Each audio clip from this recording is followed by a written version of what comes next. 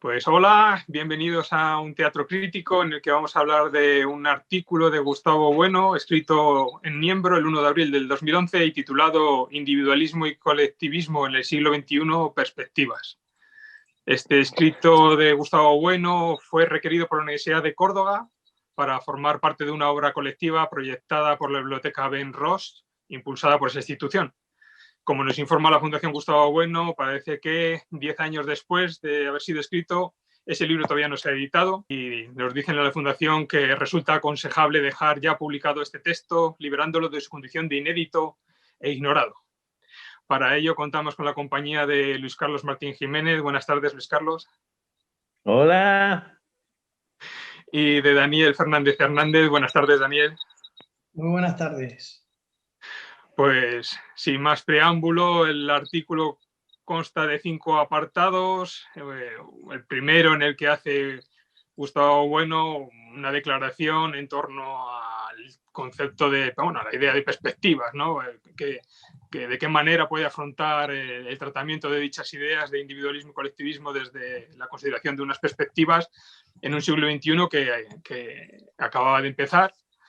Luego acomete un regresus de dichas ideas, dando con el origen de las mismas, una clasificación de todas ellas y de las que tienen que ver con dicho origen, y por último una apuesta en firme por cuáles de ellas, según Gustavo Bueno, pues tendrán recorrido en dicha perspectiva de siglo. Así que sin más, pues cedo la palabra a Luis Carlos Martín Jiménez por si quiere hablar de esos primeros bloques. Bueno, pues no, empiezo yo entonces. Estaba mirando del Instituto Ben Ross, que dices, ¿no? Sí. Que no sabemos nada de él, ¿no? Debe ser un instituto norteamericano. Algo parecido. Sí. Pues no, nada, mira, hombre, estas cuestiones sobre el individualismo y el colectivismo, pues a mí me recordaban una conferencia inaugural de la Universidad de Oviedo que hizo en el 80 o en el 81, que se titulaba El individuo en la historia. Bueno, es lo primero que me llamó, que asocié, ¿no? Estas asociaciones mentales. Y entonces ahí, pues exactamente ahí se trataba el problema del individuo, el individuo y la historia, o sea, el individuo en las ciencias, el papel del individuo en las ciencias, sobre todo en la historia, el papel del individuo en la historia, ¿no? Y entonces aquí, pues es algo parecido. Lo único que se cambia es la cuestión de los géneros por colectivo, que no es propiamente una categoría científica, ¿no? Pero que es como el día oscuro, ¿verdad? No exactamente. Entonces lo primero que se encarga Bueno es de establecer pues esas analogías o cosas parecidas, ¿no? Entre estos dos términos, y luego pues viene a hacer algo parecido viéndolo desde la perspectiva del espacio noseológico. Más o menos quiere decir que el tratamiento general, ¿no? El modo de aplicar la cuestión. ¿Por qué lo digo? Pues lo digo porque lo primero que dice en el primer párrafo es si las cuestiones de futuro, entonces es una cuestión histórica. Y el regreso también es histórico, ¿verdad? Si las cuestiones de futuro, si las cuestiones que tienen que ver con la materia, los desarrollos del próximo milenio, de este siglo, del siglo XXI, pues es una cuestión profética o es una cuestión científica. Y ninguna de las dos cosas, ¿no? Viene a ser una especie de líneas que llama él, de la línea temporal, ¿no? Una línea temporal llena de contenidos y de materiales que están trabajados ya, ¿no? En este siglo y medio, que es cuando empieza esta oposición entre individuo y colectivo, y ver dónde empieza, y entonces la línea punteada del futuro pues tendrá que ver necesariamente con la línea del pasado. Necesariamente. Se nos ha vuelto a quedar colgado. Le vamos a dar un extra de trabajo a María. ¿Ya está? Nada. Sí, se colgó. Sí, es que no sé, se ha ido el servidor o lo que sea. Y el futuro, pues necesariamente tiene que estar. No hay nada ex novo. O sea, entonces en la historia de filosofía pues se aplica una serie de criterios ontológicos, y entonces son esas combinaciones las que explican estos procesos históricos. sobre todo con lo que tiene con las ideas, ¿no? Y los procesos políticos y todas estas cosas. Entonces, individuo y colectivo pues son dos ideas que, sobre todo a nivel político, tienen su importancia. A otros niveles también. Bueno, en todo en general el espacio antropológico, pero como utiliza el espacio nosiológico, pues por eso me recordaba el individuo en la historia, ¿no? Si el individuo es objeto de la historia o más bien la historia es nomotética, este tipo de cuestiones. Eso es, muy bien. Pues damos la palabra a Daniel por si quiere regresar estas cuestiones iniciales. Bueno, pues yo simplemente comentar, sobre todo de cara a para aquellos que están empezando así un poco con materialismo filosófico, pues por empezar por algún lado, que digamos que este artículo correspondería a una obra de ya de madurez, es decir, que bueno, ya tiene en su espalda un sistema construido y que está funcionando. Y digamos que el hacer filosófico, por decirlo de alguna manera, de bueno, de entre muchas cosas que se pueden decir, pues la primera caso, pues esa, la idea de sistema con la intención de destruir, deshacer mitos e ideas oscuras. Yo creo que esto es una constante que hace bueno prácticamente siempre, utilizar un sistema. De hecho, en los otros teatros críticos, por ejemplo, me acuerdo el de Cais y el de José Sánchez Tortosa, que bueno, a pesar de no tener un sistema, acude a un sistema ya construido que es el aristotélico. Ahora bien, ya estamos en el 2011, bueno, ya tiene un sistema y lo que hace es tratar de aplicarlo para analizar en este caso pues estos dos términos que se plantean como opuestos. No solo digo lo de los sistemas, sino también las taxonomías, las clasificaciones, que yo creo que esto es clave en este artículo. Las taxonomías tampoco es algo nuevo que proponga Gustavo Bueno así de la nada. Es decir, tanto los sistemas como las taxonomías y clasificaciones están desde el principio de la filosofía académica. Y bueno, lo que hace es seguir esa tradición académica. Y lo hace aquí, en este caso, aplicando el espacio noxológico, como ya he comentado, porque la idea de individualismo, colectivismo, podía haberse planteado desde diversas oposiciones, individuo-sociedad, individuo-estado, individuo corpóreo, individuo incorpóreo, en fin, que en este caso fue propuesto así, y como bien comenta Luis Carlos, digamos que podría encuadrarse dentro del plano político-económico. Sin embargo, bueno, lo que creo yo que aquí trata de hacer es romper precisamente esa reducción economicista. Y precisamente lo hace aplicando ya un sistema que está construido, que es el sistema de la teoría del cierre categorial, con sus tres ejes del espacio noxológico, para romper estas dicotomías clásicas, maniqueas incluso. Y claro, entonces, ante la propuesta del siglo XXI, ¿no? Apenas este artículo tiene ni una década de trayecto, ¿cómo se va a poder hablar nada acerca del individualismo, colectivismo del siglo XXI? Pues el propio Bueno se cubre las espaldas y dice, claro, esto podría sonar aquí algo profético, pero en absoluto. Precisamente lo que pretende establecer Bueno por medio de un sistema filosófico es evitar, creo yo, vamos, evitar toda explicación mitopoética o profética, como habías dicho, ¿no? Teniendo en cuenta un curso histórico. Y yo creo que al final, Bueno, lo que considera que se va a seguir haciendo de aquí en adelante, pues serían este tipo de construcciones misológicas, abstractas, en las que se tratan las ideas de individuo y colectividad, pues descontextualizadas. Y por comentar un poco rápidamente lo que viene a hacer Bueno y lo que hace en muchas ocasiones, es partir precisamente del presente, de los fenómenos presentes, y hacer un regreso para ver dónde comienza esta oposición individualismo-colectivismo. Y sí es verdad que lo sitúa en un contexto político determinado que tiene que ver con las instituciones, más en concreto con la internacional, en el Congreso de Basilea de 1869. En el enfrentamiento, precisamente, del contexto en el que se da, en el enfrentamiento entre entre los anarquistas, seguidores de Bakunin, y los marxistas. En ese contexto es en el que se da esta oposición.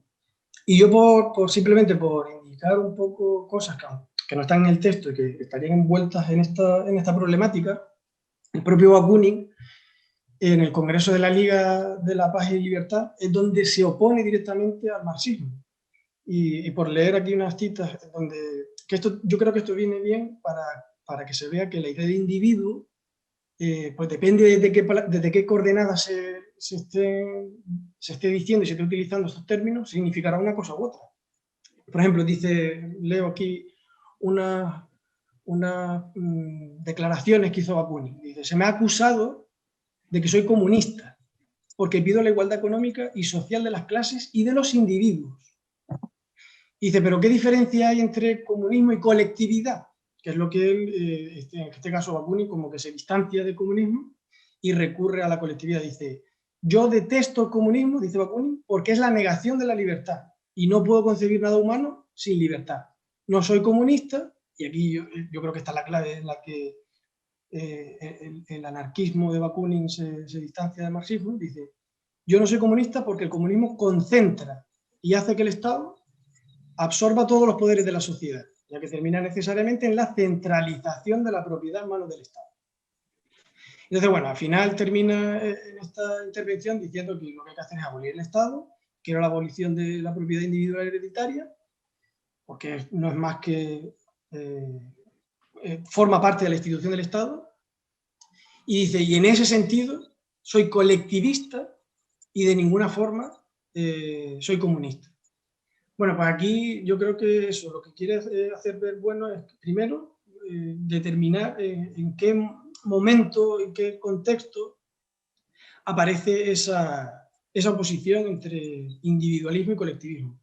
Yo creo que aquí, bueno, y luego ya pues, se puede matizar mucho más en el curso dentro de lo que es el anarquismo, digamos, como posición política, cómo se radicaliza mucho más todavía, por ejemplo, en relación con el liberalismo, cómo se radicaliza mucho más todavía la idea de individuo. Yo creo que un poco eso, no sé, eso lo que podría decir así un poco de entrada, ¿no? Este primer punto. Lo más interesante un poco sería eso, contextualizarlo, en qué momento, digamos, histórico, haciendo el regreso, podríamos encuadrar esta oposición, individualismo-colectivismo. No sé. Sí, además lo más interesante de eso que dices es que la primera internacional, lo de Bakunin, que tú tienes muy estudiado, aquí para que todo el mundo sepa quién es Daniel. El primer artículo que yo leí de Daniel es sobre la nociología de Bakunin. Y entonces, y luego ya yo te conocí, ¿no? Nos conocimos en el instituto. Y cuando me dijiste quién eras, pues yo me acordaba de ti porque me quedó grabado que el análisis que haces tú de Bakunin y de la nociología de Bakunin, pues demuestra que no tiene ni idea de ciencia, ni tiene ni idea absolutamente de nada de Bakunin, era un completo, vamos, ignorante supino de todas estas cuestiones sobre teoría de la ciencia y sobre todo esto. Eso para empezar, ¿eh? Sí, pero vamos, eso, ¿verdad que sí? Sí. Eso que dices es interesante porque en la primera internacional estaban los colectivistas, ¿verdad? Y no estatalistas, en este caso, y estaban los individualistas burgueses, y después a los comunistas se llamaba autoritarios. A los comunistas se llamaban autoritarios, claro, porque era la dictadura del proletariado, o sea, autoritarios, ¿no? Lo que tú quieras, pero es contraria a todas esas cuestiones sobre la libertad que yo creo que están en el centro de todos estos asuntos. Y así hay más o menos acaba bueno. El problema de la libertad, de la libertad del individuo de voto y todo esto de la democracia. Pero bueno, a eso ya llegaremos. Sí. A mí, ¿perdona? Sí, no, de acuerdo con lo que estás comentando. Que lo más interesante o sea, nada más empezar, mete un latinajo.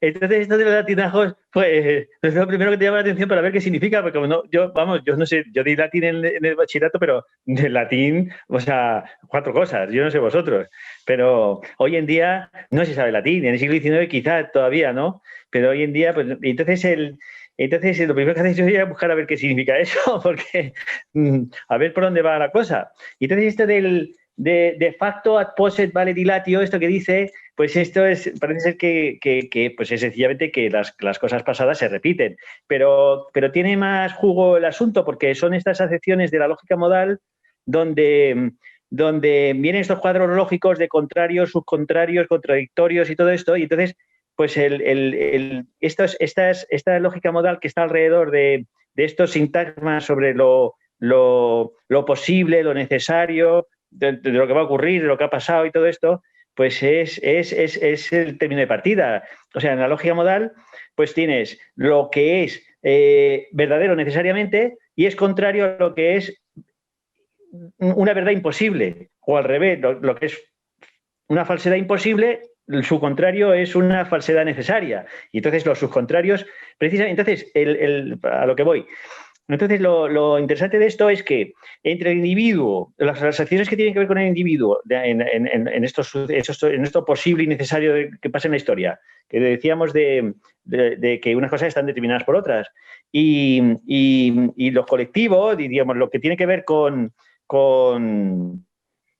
cuestiones nomotéticas o cuestiones que tienen que ver con clases más que con individuos, pues son contradictorios, no son contrarios.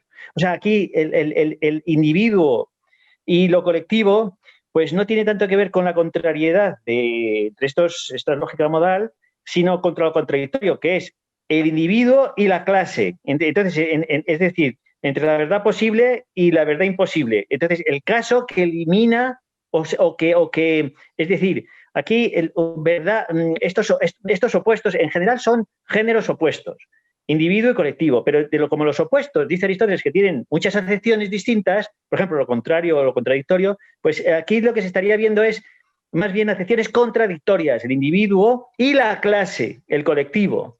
No, un colectivo es una clase, un colectivo es un conjunto de elementos. Entonces, entonces en realidad lo que hay que verlo es más que entre contrarios, hay que verlo entre contradictorios. Es decir, si ponemos el peso en el individuo, es contradictorio si lo ponemos en la clase y al contrario. Es decir, ahí se producen procesos de contradicción. Entonces, estos procesos de contradicción son los típicos pues, de la lógica hegeliana. La lógica hegeliana y en general la lógica dialéctica, ¿no?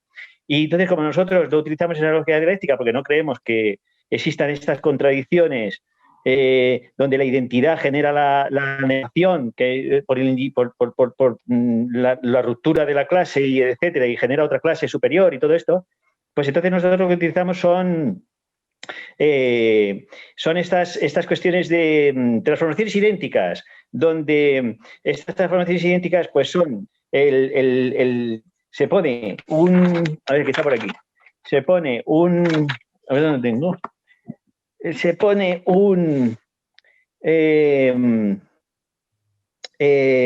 orden determinado de cosas que se enfrenta a otro donde está contextualizado y entonces se vuelve a restablecer ese orden en función de ese contexto. Entonces aquí, en estas cuestiones que son pragmáticas, de los individuos y los colectivos y todas estas cuestiones, pues yo creo que nos encontramos con este tipo de cosas. Nos encontramos con concepciones donde estas transformaciones idénticas se pueden ver desde el punto de vista del individuo, desde el punto de vista de la colectividad, pero en realidad lo que hay que hacer es verlas desde el punto de vista de la historia distributiva en individuos o atributiva. Atributiva o sea, en individuos de clases o atributiva, que es entre conjuntos de elementos que se van transformando. Entonces, yo creo que el modo de entenderlo vuestro es que cuando hablas de elementos distributivos que son cíclicos y repetibles, entonces te sale de la historia. Que es más bien el punto de vista distributivo de los individuos. Entonces, para ver la historia tienes que verlo desde el punto de vista atributivo, pero este punto de vista atributivo, que son cíclicos, abiertos e irrepetibles, como se produce la historia, no se produce entre individuos, que esto es lo ideográfico de Rickert, sino que se produce con unos criterios generales, es decir, con una serie de instituciones. Ese es el planteamiento del asunto. Se produce por instituciones que tienen una necesidad interna, que tienen estos procesos con el medio de de posición, contraposición y recomposición, que son las instituciones. Y yo creo que ese es el planteamiento del asunto. Verlo en instituciones. Estos procesos individuales y colectivos y todo esto, más que en individuos, que son abstractos, y colectivos, que también es una cosa abstracta, porque en realidad siempre están mezclados, pues verlo en procesos institucionales que tienen un orden, pero que son atributivos, no son distributivos. No son distributivos, es decir, no son cíclicos, que más bien es una perspectiva antropológica.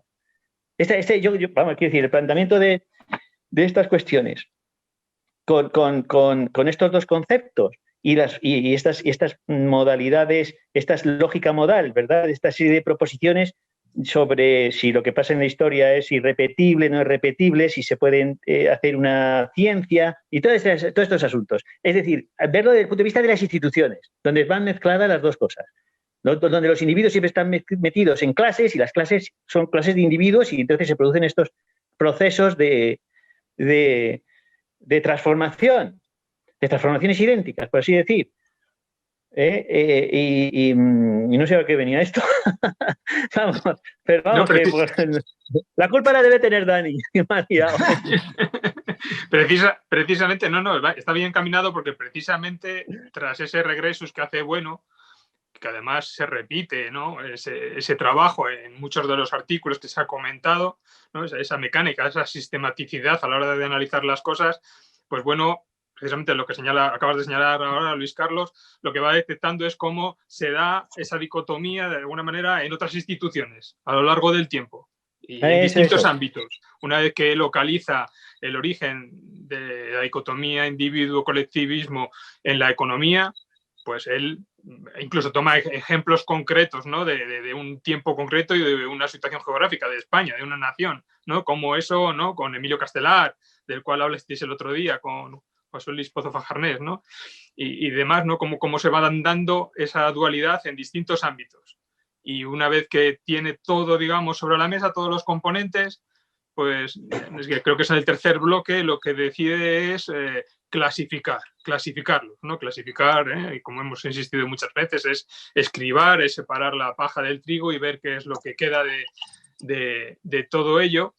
Y una vez que tiene todos esos componentes, pues los decide clasificar a través del espacio nosiológico, ¿no? A través de los tres ejes, el eje sintáctico, semántico y pragmático, y hace una clasificación.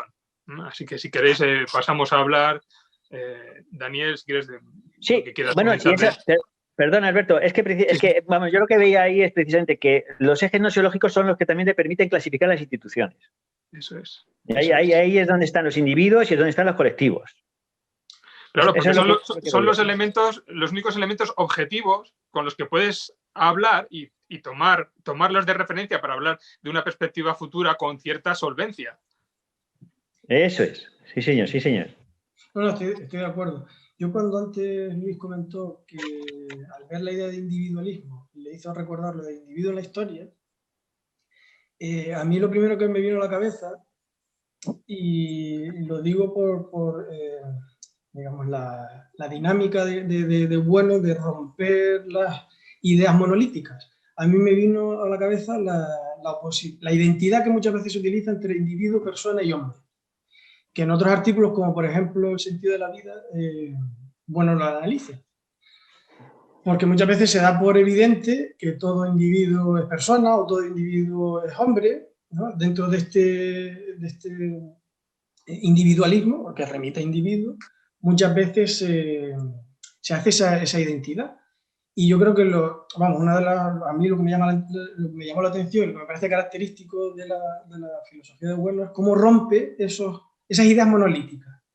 Y, por ejemplo, en El sentido de la vida, cuando está tratando de estos asuntos, pues muestra como tres frentes, ¿no? Por traerlo un poco a otro. Es decir, por hacer hincapié en que Bueno no está aquí improvisando, sino que ya tiene un sistema. Y estas cuestiones, de alguna manera, ya las ha analizado. Y digo, por ejemplo, Bueno utiliza tres frentes para romper esa identidad entre individuo, persona y hombre. Por ejemplo, en el contexto histórico, cuando Bueno recurre a las discusiones cristológicas acerca de si en el Concilio de Nicea, que se discutía si si Dios tenía dos personas unidas en un cuerpo individual. Digamos que estas discusiones cristológicas las utiliza Bueno precisamente para romper esa identidad, que no todo individuo es persona. Precisamente en ese contexto, contexto de, por ejemplo, la corriente de Nestorio, que es quienes los que mantienen esa posición, dos personas, una persona humana y una divina, en un cuerpo individual. Y precisamente lo que Bueno ve es que bueno, luego en el concilio de Éfeso, la unión hipostática, esto es lo que se utiliza luego como modelo para la declaración de derechos del hombre y ciudadano o los derechos humanos del 48, ¿no? Este modelo. Pero aparte de estas discusiones, Bueno también trae la jurídica, digamos, la de Justiniano, Caracalla, en la que aparece precisamente la idea de persona como sujeto de derecho. Es decir, solo es persona aquel que estaría formando parte del imperio, puesto que está respaldado por un derecho. Y de manera que, pues, por ejemplo, los bárbaros no eran personas, aunque puedan considerarse seres humanos. Y en el ámbito antropológico lo mismo, la idea de individuo puede referirse, o no tiene por qué asociarse a ser humano, u hombre, porque podemos hablar de individuo en el ámbito de la lógica o en el ámbito de la biología. Individuo puede ser una célula y que no tiene personalidad, no tiene nada que ver con la idea de persona, por ejemplo. Todo esto en relación un poco con lo que Bueno habla en el punto 2, por nombrarlo así rápidamente, a la hora de romper estos dualismos maniqueos, pues eso, asumir que todo individuo ya implica de alguna manera persona o la idea de hombre o lo que fuera. Y bueno, aquí en este caso, aunque no lo desarrolla de esta forma, pero es un poco para mostrar las conexiones con otros artículos y otros desarrollos que ha tenido Bueno, para mostrar un poco eso, cómo rompe con estas ideas monolíticas ya, que se asumen como evidentes, ¿no? O por ejemplo, pues asociar, qué sé yo, individualismo con conservador, con algo de derecha, y colectivismo con algo de izquierda, progresiva, etcétera, etcétera.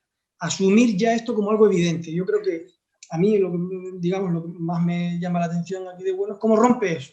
Lo rompen añicos, vamos, y precisamente lo hace utilizando un sistema tridimensional, que es el de los tres ejes del espacio nosológico, para precisamente hacer hincapié en eso, en que no hay que entenderlo de esta manera dual, como se ha planteado históricamente, como estabais diciendo antes, a través de las instituciones se ha tomado estos dualismos de manera abstracta o isológica, si se quiere.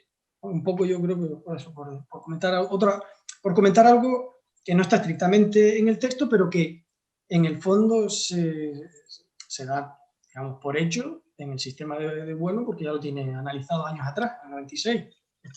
Por eso decía antes que es una obra de madurez en la que ya Bueno ha analizado muchas cuestiones que aquí ya da por sabidas y que yo creo que es importante también ponerlas sobre la mesa, ¿no?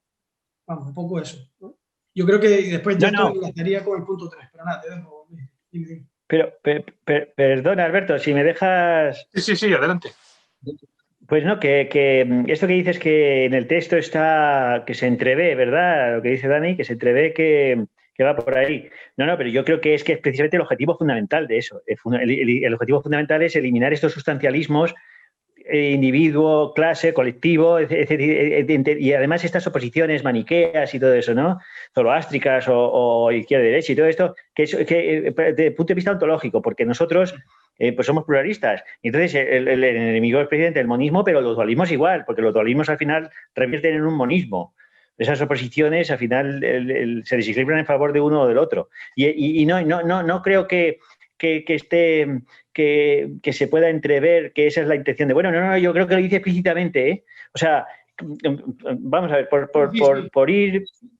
ir viendo esto que estabas diciendo tú, tal como dice Bueno, la sistemática esa de los géneros de individuo colectivo, las modelaciones lógicas del eje sintáctico, individuo distributivo, colectivos atributivos, relaciones dialógicas, individuos distributivos, relaciones sinalógicas, colectivos atributivos.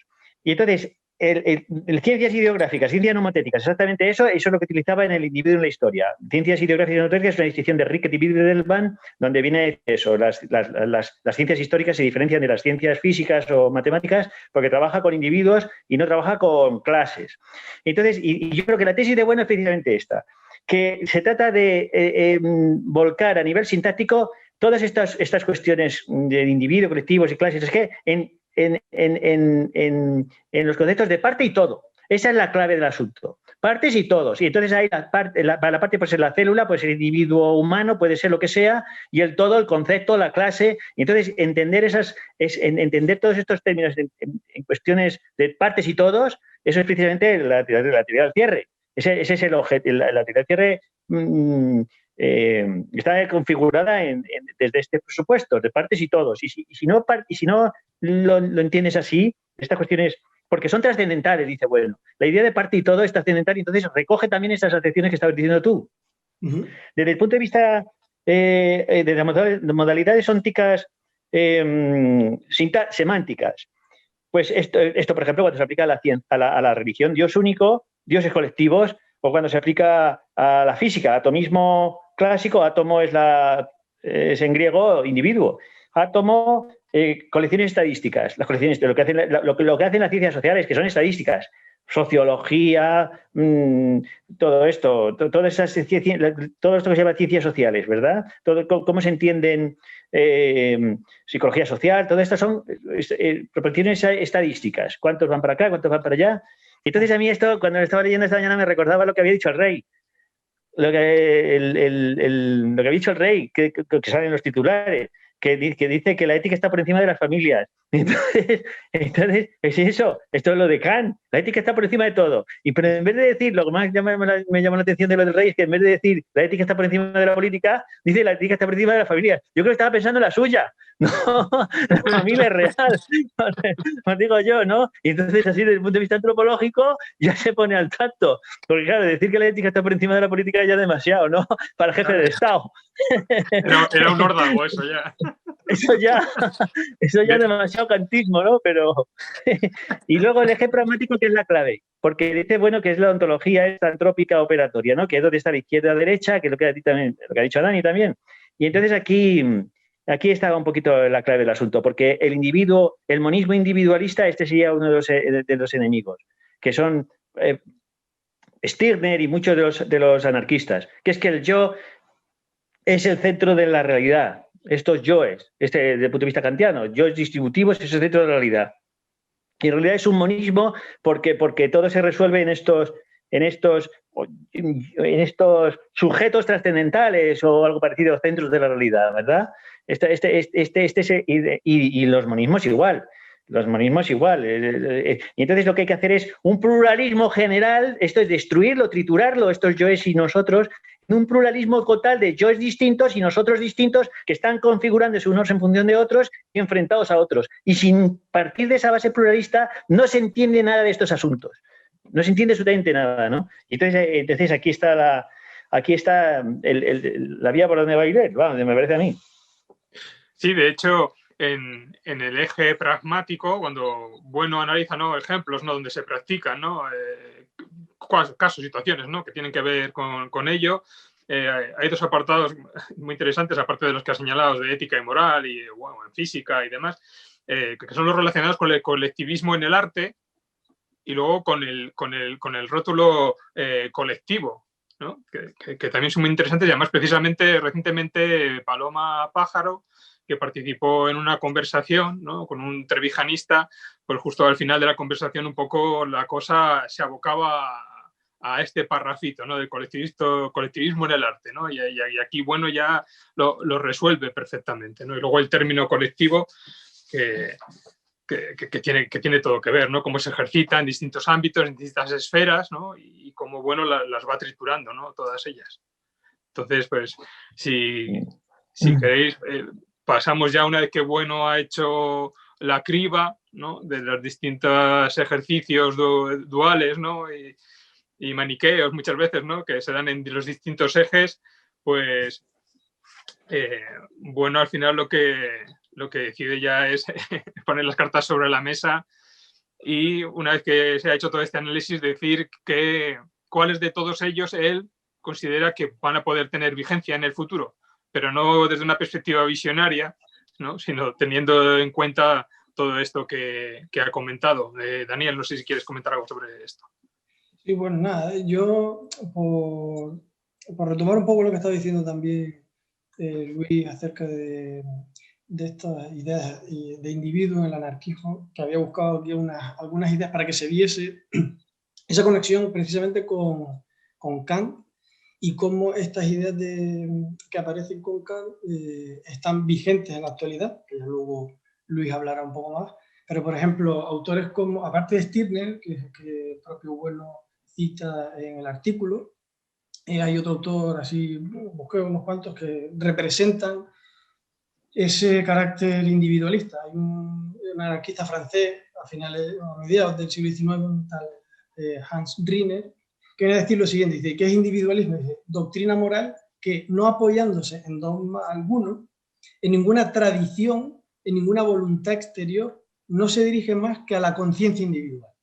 Digamos que aquí ya está claramente planteado esa tradición kantiana en el fondo, pero recogida por el anarquismo. Pero también otro autor, aparte de este que acabo de mencionar, Emily Arman, que precisamente hace una crítica al comunismo y dice que el individuo, es decir, critica precisamente al comunismo porque el individuo se sacrifica a la colectividad o a la democracia comunista.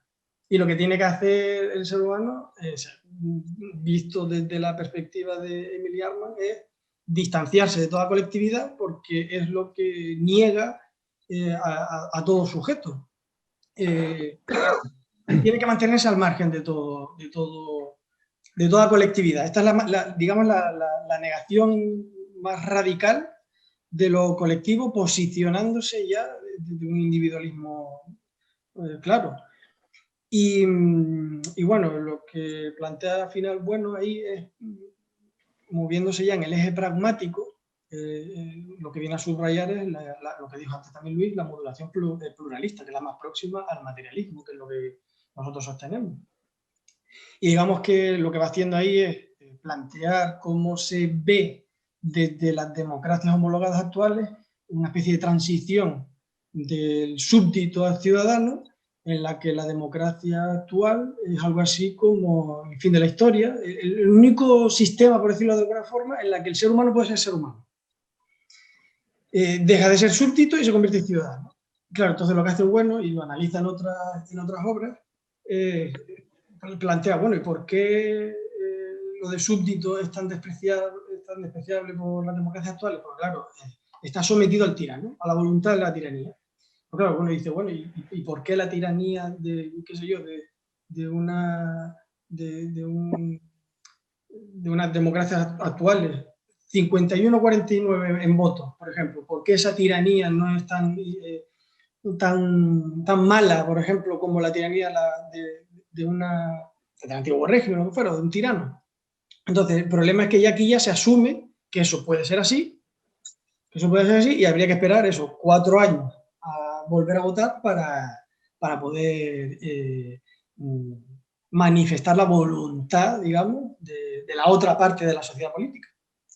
Y aquí, aunque ya luego dejo hablar a Luis para que comente algo, sí que me gustaría también conectarlo con, sobre todo, esta idea de individuo asociado, pues claro, y luego hay que me corrija Luis si considera oportuno, claro, para entender la idea de conciencia individual, que es que yo creo que aquí, si nosotros nos oponemos a todas estas cuestiones, porque hay una ideología la podemos entender como una conexión de ideas que no están que están erróneamente fundamentadas.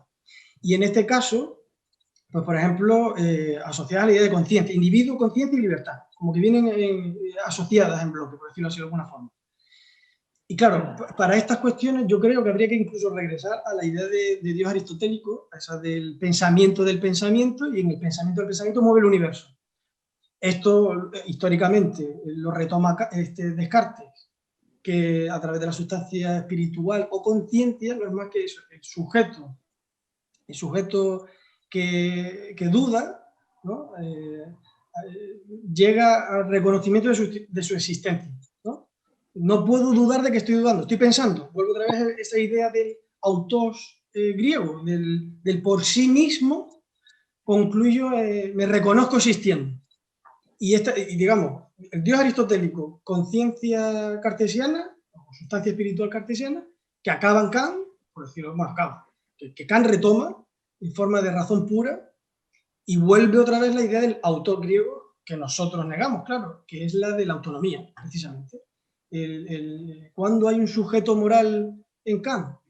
Pues cuando es libre. ¿Y cuándo es libre? Cuando es autónomo. ¿Y cuándo es autónomo? Cuando se dan las normas a sí mismo. Las normas morales, es decir, la razón se tiene que someter, doblegar a la ley moral, ¿no? Y solo así, y esto claro correspondería a la dimensión nouménica, solo así el sujeto es realmente moral. Pues esta idea de autonomía, a mí me gustaría eso, pues, subrayar cómo sigue todavía más que vigente, y tiene que ver con lo de la idea de individuo, precisamente, no sé ahora que me diga Luis a ver qué le parece también, es por la reciente proposición de ley de la eutanasia, en la que si uno lee así esta proposición de ley es, pues eso, el individuo, la autonomía, la conciencia, y esta ley, digamos que lo que busca, podríamos decir que es una ley casi ética o liberal. ¿En qué sentido? En el que el Estado no tiene que obstaculizar en absoluto la decisión autónoma del que solicita la ayuda para morir, por ejemplo, ¿no? Y aquí vuelve otra vez la autonomía. Pero a mí, vamos, no sé, a mí me parece esto absurdo, porque la autonomía es clave en esta proposición de ley. La autonomía aquí me parece absurda, porque en el momento en el que el médico tiene que intervenir en el proceso eutanásico, en el momento que tiene que intervenir ya no hay autonomía de paciente, porque ya el médico es el que al final es el responsable último de decir si se te va a aplicar o no se te va a aplicar, de qué manera se te va a aplicar o no se te va a aplicar. En fin, que de alguna manera se utilizan estas ideas para maquillar la idea de libertad, la idea de conciencia, la idea de autonomía, para maquillar una serie de procesos que en última instancia remiten al individuo libre que decide por sí mismo, que lo que podemos decir nosotros que es una conciencia gnóstica, metamérica, no diamérica, sino que el propio individuo por sí mismo es el que lleva a cabo esa decisión. Aparte de esto, me resulta característico dos cosas curiosas, dos cosas de esta ley, que tiene que ver con eso del individuo, y es que a principios de año, pues comentar otra cosa que tiene que ver con el eje pragmático, ¿eh? Estas cuestiones precisamente tienen que ver con el eje pragmático e insertas dentro de la democracia actual. Y es algo vigente, vamos, que no salió ni hace una semana. Comparamos, por ejemplo, la propuesta de ley de enero, de la eutanasia de enero, con la actual, y prolifera, pero enormemente, la idea de padecimiento, que tiene una cierta connotación subjetiva también. Es decir, la enfermedad y cómo padece el padecimiento del enfermo. Cómo sufre el enfermo esa enfermedad, la que fuese, la que tuviera. Es decir, aquí volvemos a ver otra vez esos componentes subjetivos, que son lo que el criterio que según esta ley emplea para que se pueda llevar a cabo esta ley. Y lo último, que ya me parece ya lo más llamativo, es que a nivel legal, lo digo de cara, Luis, a que tú puedas mencionar cosas sobre el derecho y la idea de individuo asociado a este eje que también está relacionado con lo que uno decía sobre la democracia, la votación y demás, ¿no? Pues lo que me llamó la atención también es que a nivel legal esta ley, una vez que se ayude, también habrá que decir, bueno, ¿por qué es una ayuda, ¿no? Una vez que se ayude al individuo a morir, a que se le aplique la eutanasia, se va a considerar muerte natural. Que para mí me parece totalmente ridículo. Es como, están siendo conscientes de que esto no funciona y lo tienes que llamar muerte natural, cuando de natural no tiene nada. Primero, tienes que construir una ley tienes que discutir en el Congreso, necesitas unas instituciones sanitarias para que se instruyan los médicos, el médico tiene que tomar decisiones, en fin, vamos, no sé, eso es un poco, entonces lo pintan como autonomía, libertad y el individuo, que es el que decide, cuando yo creo que esto no hay, vamos, no sé, un poco por conectarlo con este eje pragmático del que se ve claramente en las democracias actuales, ¿no? Asociado con la idea de individuo, de ciudadano, etc. Bueno, un poco eso, pues ya que Luis comente algo más en relación a esto. Pues totalmente, acertado total. Acertado total. Y ese es el mito donde vivimos, en la idea de libertad. Y entonces, claro, como esa idea de libertad es una cosa de los cristianos, pues no puede ser más mítica. O sea, es que vamos, Dios nos hace libres para escoger el bien y el mal. Y si queremos condenarnos, nos jodemos, pero porque hemos que elegir nosotros, ¿no? Entonces, y entonces eso se traspasa a los liberales, las ideas de los liberales españoles y luego los liberales en general. Y entonces estamos en la misma. Sin Dios, y claro, si nosotros decidimos libremente porque Dios lo ha querido así y luego Dios juzga, pues aquí, una vez que quitas a Dios ya con la inversión teológica y todo esto de Kant, pues entonces el individuo es libre y punto, pero al máximo. Entonces el Estado, pues prácticamente se pone al servicio del individuo, ¿no? O sea, yo puedo abortar 20 veces, puedo matar 20 niños en mi tripa, ¿no? Yo soy libre para abortar. El Estado no tiene nada que decir. O sea, que puedo matar a 20 niños que están vivos, o sea, eso es, y no son parte de mí, sino que son distintos. Un asesino múltiple puede matar a 20 personas. Y luego, la gente puede morir libremente y tal, ¿no? Y sin embargo, el Estado no puede aplicar la pena de muerte. Exacto. O sea, sí. Es una cosa impresionante. Sí. Es una cosa impresionante. O sea, es pues una farsa completa, porque al final el Estado tiene que decidir, pero completamente en todo. Tiene que decidir si a quién pone vacunas, a quién no pone vacunas, quién se muere en los hospitales, quién no se muere en los hospitales, quién afecta al COVID y se jode y casi se muere solo, si se ayuda a los viejos en las estas o no se ayuda, al final el Estado es el que decide todo. O sea, que es una completa farsa esto. Y se decide si alguien puede abortar o no puede abortar, lo decide el Estado. Es decir, estos colectivos, esta gente que vota, pero que al final vota cada uno por su cuenta, pero al final esos votos forman una mayoría y esa mayoría decide y se jode la otra. O sea, es una completa farsa lo de la libertad absoluta. Pero como el Estado se lava las manos, parece que no hay coacción. La ecuación exactamente sigue funcionando al mismo ritmo y completamente. Y lo que están esperando los otros es llegar a la mayoría para coaccionar a los otros. O sea, que en realidad no se acepta. Se consensúa formalmente que unos que tienen mayoría decidan, eso es un consenso formal, que es la democracia. Pero luego materialmente no, porque si uno decide una cosa, los otros salen a protestar inmediatamente a la calle. O sea, que no se acepta materialmente las decisiones. No se aceptan. Y si se aceptan es por coacción. Y si no viene la policía y te mete 40 multas. Y se acabó. O sea, que quiere decir que o te meten en la cárcel y ya está. Ahora, las cuestiones trascendentales, que os ha habido la muerte y todas estas cuestiones, ahí se lava las manos el Estado, porque pues, son cuestiones trascendentales, pues ahí que decide el individuo, ¿no? Pero vamos, que en el fondo no está diciendo tampoco, en absoluto, ¿verdad? Una niña de 16 años o una mujer que decide, está completamente determinada pues a abortar o no, pues si se quiere ir de marcha y quiere seguir tomando cervezas y no cuidar a un niño. O sea, que la coacción es completa y constante, y en la democracia y en todo. Aquí no es que en el régimen democrático seamos libres y en el régimen autoritario, no. Los súbditos tenían tantos derechos como tiene ahora mismo un ciudadano. Tenían derechos de todo tipo, y derechos económicos y derechos de ¿verdad? Territoriales, o sea, tenían derechos. El derecho no aparece con la democracia, que llevamos 150 años o con lo que llevemos. El derecho viene de los romanos y además del Principado, que es cuando viene el imperio. O sea, ahí es donde aparece el derecho, con el imperio, con Augusto, con los Césares. Antes no es el derecho, es las 12 tablas. Eso es el Senado, que son una serie de aristócratas y punto. Ahí no hay derecho todavía. O sea, quiere decir que estas cosas es la confusión más supina y la ideología más ridícula, pero claro, como está con esto que tú dices de la conciencia libre y autónoma, pues ya está, la gente se mira para el interior y entonces piensa, ¿qué voy a hacer? Y se cree que ya es libre pensando qué va a hacer. Entonces, lo único que estás pensando son las dos opciones o tres que tienes y tiras por la que menos dificultades te dan y se acabó y no tienes otra opción. Es decir, quiere decir que bueno, al final acaba con el tema porque dice sintácticamente, ¿qué se puede esperar? Pues el incremento de los colectivos de estadísticas, es decir, la estadística de la sociología, que estadísticamente vea para dónde van unas cosas y otras.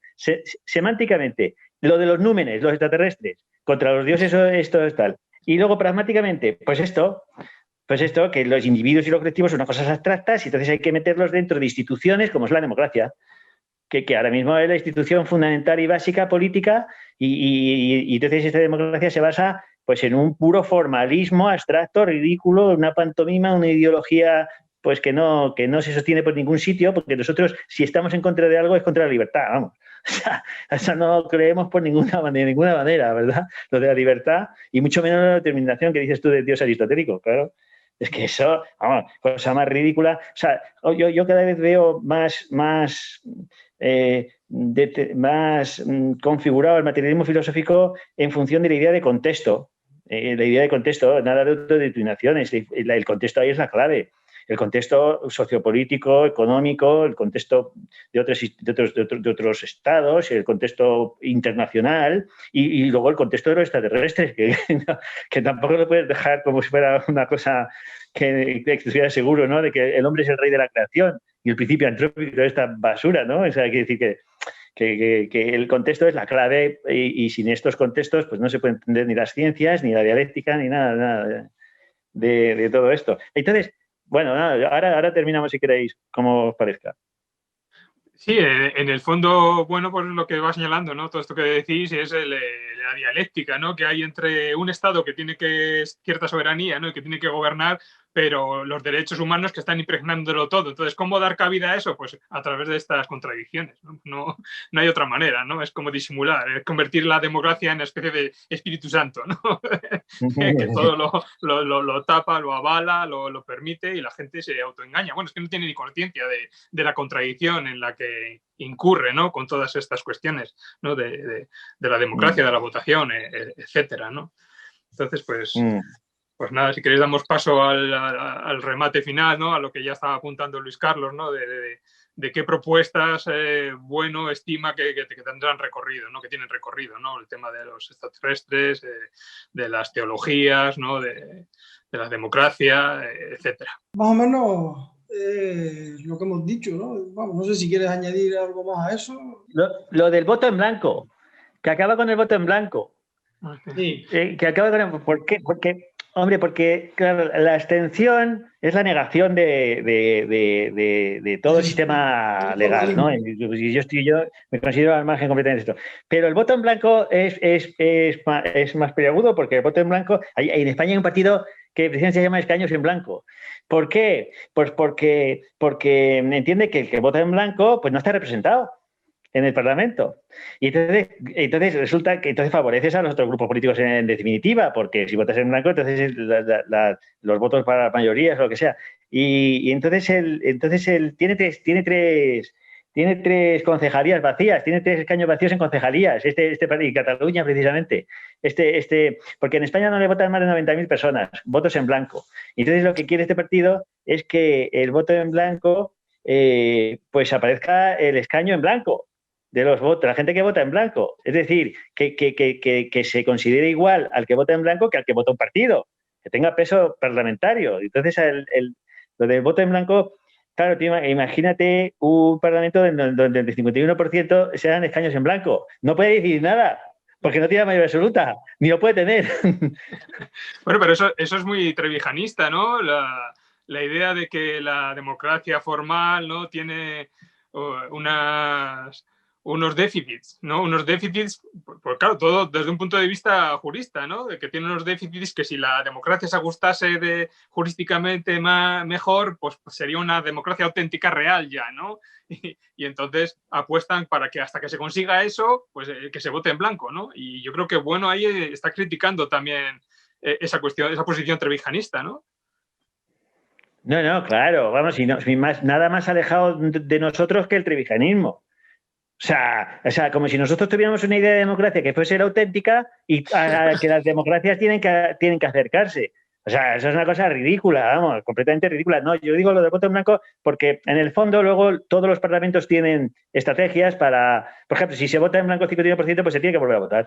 Y se acabó. O sea, hasta que funcione la cosa. O sea, quiere decir que no, pero que, o sea, no, de trivialismo nada, ¿eh? O sea, eso no, eso sí que es, pero no, que es esto que que la democracia técnicamente también tiene sus problemas. No porque tenga déficit, sino pues porque la gente tiene que participar, ¿no? Y si no, la ecuación se hace de otro modo. O sea, que no es una cuestión técnica, no es una cuestión ideológica de que hay una acepción verdadera de democracia. Porque ¿cuál es la verdadera? La anarquista tiene que ser por unanimidad, si no la democracia es imposición de mayorías a minorías, por coacción completa. La parlamentaria es coactiva, pero la parlamentaria luego puede ser de muchos tipos. Pues la parlamentaria puede ser presidencialista, que votas al presidente, o puede ser que votas a las Cortes, como la nuestra. Luego, si votas a las Cortes, pues puede ser por segunda vuelta, como en Francia, o como nosotros, por coaliciones. Luego, si es por coaliciones, pues también depende cómo se cuenten los votos. Si es una persona un voto o es por la ley DON que tenemos nosotros, donde una persona, el voto de una persona vale por el voto de 3 personas, en muchos casos. O sea, quiere decir que eso de democracia no es un cuento. Ahora, las técnicas sí que funcionan, ¿no? Hay una cierta técnica que es esto de votar y si no salen las cosas, pues se tiene que votar otra vez. ¿No? Quiere decir que tiene que funcionar eso como sea, ¿no? Pero que la coacción sí que funciona. La coacción es la clave y la sociedad es coactiva y sea democracia, sea autoritaria, o sea lo que sea, sigue siendo coactiva completamente. Y ya hay cada vez más. Si no hay más que multas y sanciones y te pillan por todos los lados y todo súper formalista. Y si haces en el instituto una cosa mal, te viene la inspección. O sea, es una cosa espantoso. Yo no creo, cuando venían los alemanes en tiempo de Franco decían, joder, parece mentira que esto sea una dictadura y aquí cada uno hace lo que le da la gana. Se ve que decían, no, pues es eso, cambia ahora no te puedes mover. Ahora no te puedes mover, tiene que ser todo, y el coche tiene que traer la ITV, tiene que estar no sé qué, y no puedes cambiar una rueda, o sea, tiene que ser, está todo súper normativizado al máximo, pero qué coño de libertad, o sea, de historias, si ahora más coacción que hay es imposible, si estás cámaras por todos los sitios vigilándote y todo este asunto, y vamos, que menudo cuento esto de la libertad, esto es que, vamos, que lo piense así, pues allá él, pero vamos, nosotros no nos creemos, ¿no? Claro, todo eso tiene el aval democrático de que la gente se piensa que esas restricciones las ha votado él. Con lo cual... Claro. No, y además que además que lo decía Durruti, el voto es un robo, porque tú votas, y claro, tú votas, pero es una cuestión formal, porque luego los materiales, lo que decide porque le da la gana, ¿no? O sea, yo no sé si os acordáis lo de las elecciones estas de 2006 o 2005 de Zapatero. Yo veía por todos los sitios por el pleno empleo. Y salió Zapatero con 5 millones de parados. Tú le puedes pedir explicaciones. No puedes. Solo que te diga, no, es que la crisis, lo que tú quieras, pero ¿qué me han obligado? Pues, lo que tú digas, pero tú prometiste pleno empleo y te votan y luego resulta que sale todo lo contrario. ¿Y qué? ¿Y qué puedes hacer? Nada, absolutamente nada, ¿verdad? Bueno, y luego ha pasado con Mariano Rajoy, cuando no iba a bajar los impuestos, fue entrar al poder y se subieron los impuestos, ¿no? O el presidente actual, que no iba a pactar ni se iba a coadyuvar con tal partido y resulta que lo cambia. Pero bueno, que está avalado democráticamente porque ha sido votado, pero luego puedes hacer lo que quieras. Exacto. ¿Qué libertad tiene ahí el que vota? O sea, ninguna. Dar carta blanca, dar carta blanca a un grupo que es un partido político, una oligarquía de partidos. Claro. Sí, bueno, yo creo que Daniel, lo que quiere resaltar es eso, que cómo se enmascara la fuerza de obligar, como creyendo que no hay ninguna fuerza de obligación ahora, nadie no hay obligación, digamos, no hay coacción en este sistema democrático, no hay ningún tipo. Lo que quiere subrayar es bueno es precisamente eso, la coacción de la mayoría, por ejemplo, frente a una minoría. Sí, y la autosumisión de los derrotados es decir, bueno, dentro de 4 años nos tocará a nosotros. Eso yo creo que un poco, y ahí es donde se ve precisamente que, digamos que lo que busca criticar, bueno, es cómo se oculta este tipo de cuestiones. O se oculta en nombre de lo que estamos comentando, de la libertad. Pero bueno, por lo menos soy libre. Y uno se queda tranquilo, ¿no? Soy libre porque puedo votar, por decirlo así. Claro. Y votar y opinar lo que quiera. Y opinar lo que quiera, exacto. Y opinar lo que quiera. Vale. Bueno, chicos, pues si os parece, si queréis añadir algo y si no, pues por no robarle más tiempo a María y a los que nos estén viendo, pues lo dejamos aquí, si os parece. Muy bien.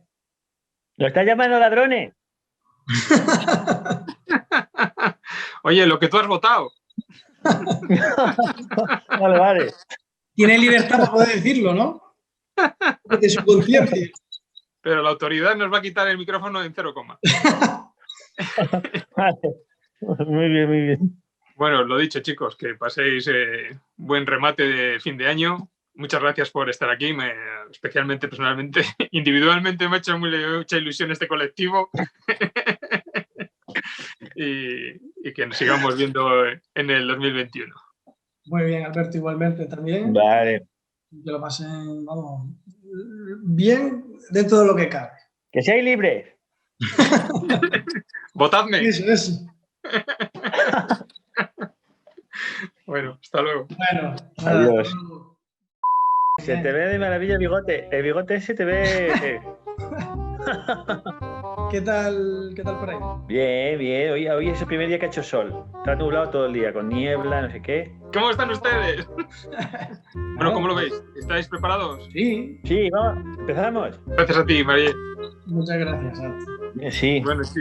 Chicos, un abrazote muy grande. Me ha hecho mucha ilusión veros, ¿verdad? ¿A mí cuándo quedamos? Estamos esperando eso. No haya margen entre restricciones. Hasta luego. Adiós.